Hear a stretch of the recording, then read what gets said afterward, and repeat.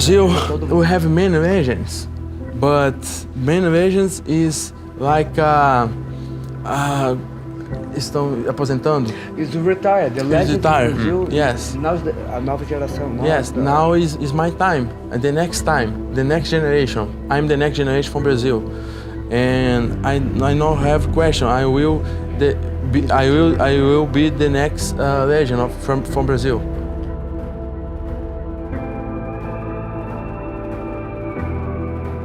I was talking to your coach, Eric Albarracin, and he says he wants to call you the Eraser because you erase people. How do you feel about this nickname? Yes, it's the best translation of my real nickname from Brazil, because I'm like I erase everybody like this. Nossa, que direita! Paulo Costa. I met him on the set of Ultimate Fighter 3 Brazil. I coached that opposite Vanderlei Silva. We would all watch him. He'd be the first one in the gym, he'd be the happiest one to be there, and he'd be the last one to leave. Plus, he was strong. But when you see that strength, that natural strength and athleticism mixed with that hunger, and I can tell you in 2014, he wasn't wildly talented. He was strong and he was athletic and he was hungry.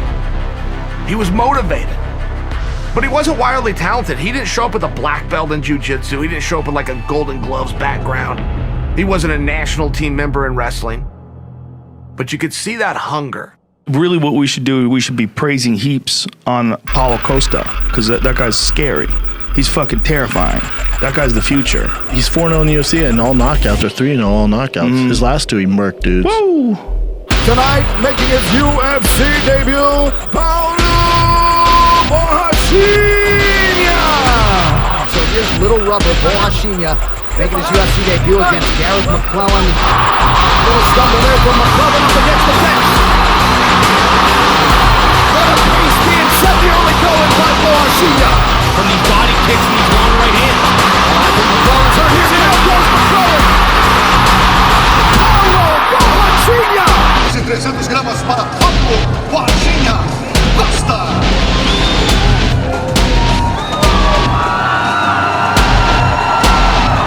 This one has all the makings here of being outstanding for as long as it lasts. Paulo Borrachinha believes he has all the technical and physical advantages tonight. We'll see how it plays out. Borrachinha in white, Oluwole Bamboche is in black. Borrachinha pulling by this crowd, inside leg kick. Wayward shot from Bamboche. Excellent shots to the body here. Oh, Borrachinha. And now a knee upstairs. Borrachinha poured it on. Boy, look how he's going to the body, digging those punches. We are getting the fight we expected here. Bamboche coming up, circling away. Eats the kick. Knew when you saw this fight on paper it was going to play out this way. And maybe a second win here for Bamboche early round. An excellent combination. Borrachinha trying to finish Bamboche here. Oh, those are heavy. This could be it right here. Oh, it's a deafening in here. Paulo Borrachinha has done it. The fight was basically an assault.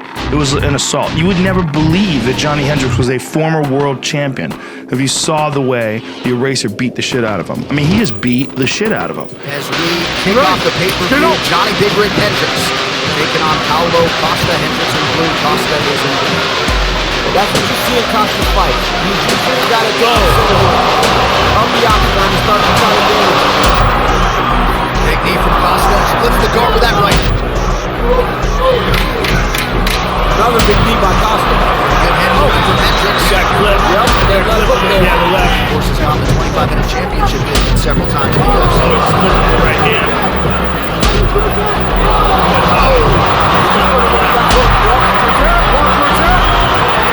Hendricks in trouble. Circling out. Oh, beautiful timing on the right hand. Boom! Look at that right hand he clipped him with. And beautiful timing on that punch, too. But look at Costa. The young guy, not just headhunt here. Once in a while. That's it. Paulo Costa does it again. Johnny Hendricks' latest victory. What do you make of Paulo as an opponent? Do you like the guy? I don't really know him. I know he's young. I know he's hungry. I definitely know he's under juice. Ready to go here with this featured prelim. Don't forget UFC 226 pay-per-view. The super fight Stipe Miocic, Daniel Cormier coming up at the top of the hour. First though, this fight at middleweight, Costa in black, Uriah Hall is in white. Oh, nasty shot to the body. Oh, man. Oh, vicious kick to the body by Costa. Oh, man, he got tapped. Costa's seeing up on him. Another jab, backs up Hall again.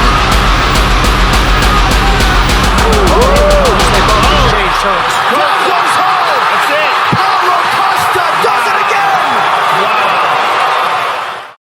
One of the reasons why I was really excited about you being today is because this weekend it's a great fight card. Like the Stipe DC rematch is an amazing card, amazing fight for that card. I love the card in general, but the Paulo Costa Yoel Romero fight, that's the one that perplexes me. Like, how does that go down? What happens when these two fucking Brahma bulls smash heads in the middle of the octagon? That's the most important is God say, George, go Anaheim. I say go. So you say go Anaheim, I go. I don't care how big is the guy. I don't care who's the more fast is the guy. Who's the jump. I don't care about it. I want to fight against him because he talks shit a lot about me. He's a personal for me. And because I'm ready for everybody on this division. I'm ready. I will show who is the new king of this division. It's me. You know, I can beat everybody.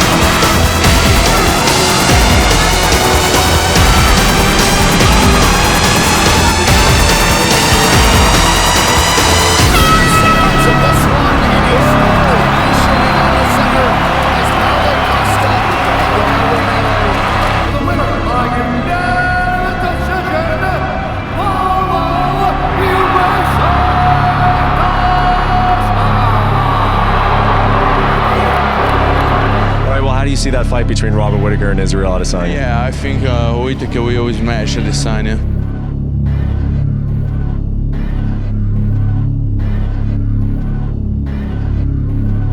If Adesanya take this belt, anyway, I will kill him. You know who's next? I got this overly inflated balloon animal. This heavy-ass Ricky Martin wannabe. This Poha China. He better gone. This Poha China. I don't like this guy, this Israel guy. I want to rearrange his face. Trust me, when I'm done with him, he'll really look like Ricky Martin. Botched. Adesanya points him to the front row where Costa was sitting, calls him out, Costa accepts, boom, we're off to the races. Well, all the while, Paulo's dealing with some kind of an injury to his arm. And he never said anything to anybody. I got to visit with him. I talked to him. He never said anything. A week later, he goes under the knife and has surgery, which means he can't make the date. Now, I still don't know the backstory on that. If he was thinking, yeah, I got this surgery, but it's minor. We'll push the fight out. I'll still be ready. I don't know what he was thinking. He just never said anything. He accepted the #1 contendership, tried to sign a bout agreement, tried to make this thing official. Oh, and by the way, went and had a surgery. Okay, that's the backstory, but here's where things get good. Because Adesanya has to stay busy and because you have to get on with the division, Yoel Romero gets inserted, becomes the new #1 contender and title challenger.